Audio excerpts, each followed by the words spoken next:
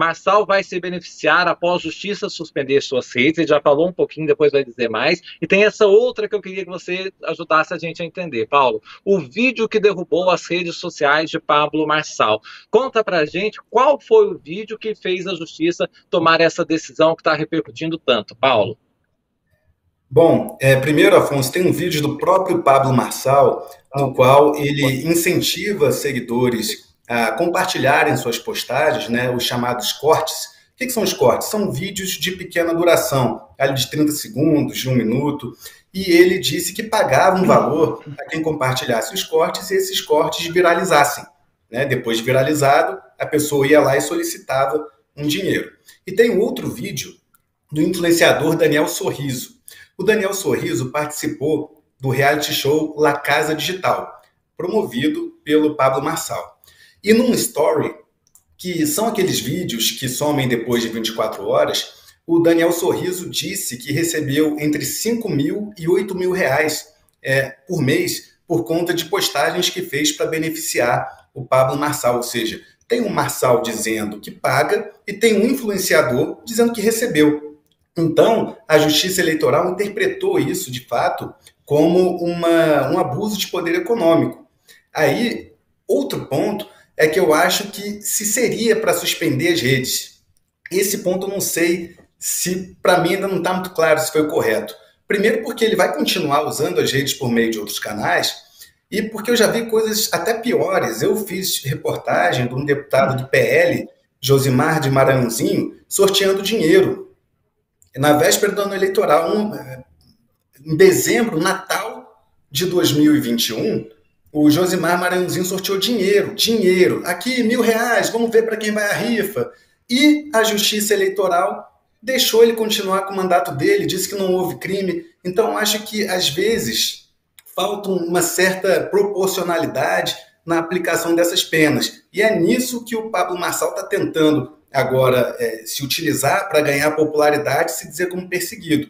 Então, assim, não é algo legal, mas não sei se de repente uma multa pesada, algo que não fosse como uma suspensão, que é uma coisa extrema, né? Até porque ele está criando outras redes, ele está conseguindo passar a mensagem. Então, essa é uma questão polêmica e que tem as mais variadas opiniões agora em curso. O Paulo, ainda quero seguir com você sobre uma outra questão também que eu acho que é importante. A gente até abordou aqui no My News. O entorno do ex-presidente Jair Bolsonaro percebeu que o Pablo Marçal é aquela pessoa que já chegou na janelinha e está mobilizando, inclusive, essa base de apoio do Bolsonaro. Só que aí eu estava vendo atentamente os vídeos e as falas todos não rompem também com o Pablo Marçal. O próprio Eduardo Bolsonaro fala, mas no segundo turno a gente tem que ver alguém que a gente tem interlocução, não dá para pôr um comunista, tal, falando do Boulos. Então eu queria te perguntar, você que tem apurado isso, qual que é o grau de rompimento do bolsonarismo com Pablo Marçal? Existe isso ou não existe nada? Existe um grau alto de crítica do próprio Bolsonaro ao Pablo Marçal. Depois, quem tiver aí na pesquisa das matérias, se puder recuperar uma entrevista que eu fiz com o Bolsonaro para pôr na tela rapidamente, Bolsonaro disse que falta caráter ao Pablo Marçal. Foi uma entrevista que ele me deu na semana passada, na qual ele subiu o tom, né? Falou, olha, o Pablo Marçal dizia que a diferença entre eu, Bolsonaro e o Lula é que eu tenho um dedo a mais que o Lula e que o resto a gente é igual, me chamou de quadrilheiro. Ou seja, Bolsonaro, por mais que tenha recebido o Pablo Marçal há coisa de 3 meses atrás, até entregou uma medalha a ele, né? Ele ficou muito chateado com o Marçal quando o Marçal saiu dessa reunião com ele aqui em Brasília e saiu espalhando que o Bolsonaro poderia não apoiar o Ricardo Nunes.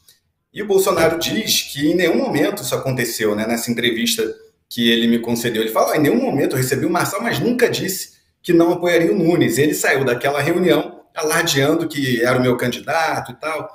E, paralelamente a isso, esse crescimento exponencial do Marçal, né, que cresceu bastante, a revelia dos Bolsonaro, né, Jair, Flávio, Eduardo, todo mundo apoia o Ricardo Nunes, isso preocupou bastante também o Bolsonaro, porque ele tem um acerto com o PL até de estrutura, né? Ele indicou o vice do Ricardo Nunes, que é o prefeito filiado ao MDB. Então, quando ele vê, né, que os eleitores dele estão indo por outro caminho que não aquele que ele indicou, ele vê a necessidade de partir mais para cima. Aí, mais uma vez, eu repito, quando veio a decisão da justiça de derrubar as redes, aí até o próprio Bolsonaro, sem citar nominalmente o Marçal, saiu em defesa e falou, ó, sou contra a censura, sou contra a suspensão das redes. Temos a matéria aí, já a Paty vai mostrar, foi a entrevista que você fez, Capelli, tá aí, Paty. Bolsonaro sepulta a relação com o Marçal, falta caráter a ele. É essa que você fazia referência, né, Paulo? Exatamente, Afonso. É isso mesmo. Aí eu quero passar para o professor Guilherme Carvalho para ele ajudar a gente a entender esta relação. Porque, na verdade, o bolsonarismo, a gente percebe, não é, professor, que já é maior do que a figura do ex-presidente Jair Bolsonaro. Inclusive que está inelegível, não poderá disputar em 2026. E aí há uma questão familiar mesmo, que é o entorno do ex-presidente Jair Bolsonaro, que quer ter, né, a prerrogativa de ter esse legado em torno do nome do Bolsonaro e desses apoiadores. O Pablo Marçal, embora tenha as mesmas ideias e esteja ali com o mesmo arsenal, não é, ideológico, ele a desagrada por chegar chegando, né, chegar sem pedir licença, alguma coisa assim. Mas essa união de forma objetiva pode vir a acontecer, porque o Nunes é um arranjo conveniente para os dois lados, mas o Pablo Marçal e Guilherme Boulos, vamos dizer, a sinergia com o Pablo Marçal é inegável, né? A sua análise foi perfeita, Afonso, no sentido de que houve ali um racha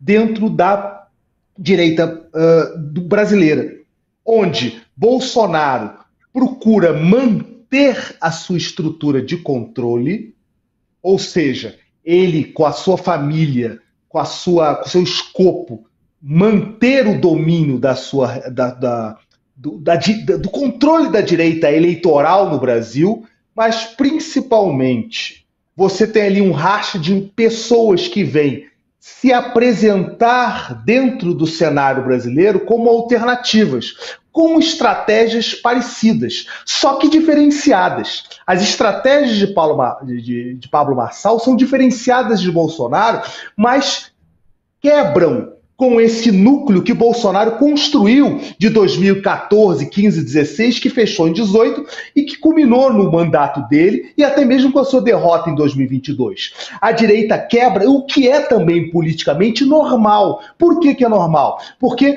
é um campo que se amplia e novos horizontes vão se apresentando. E Pablo Marçal é um desses novos horizontes.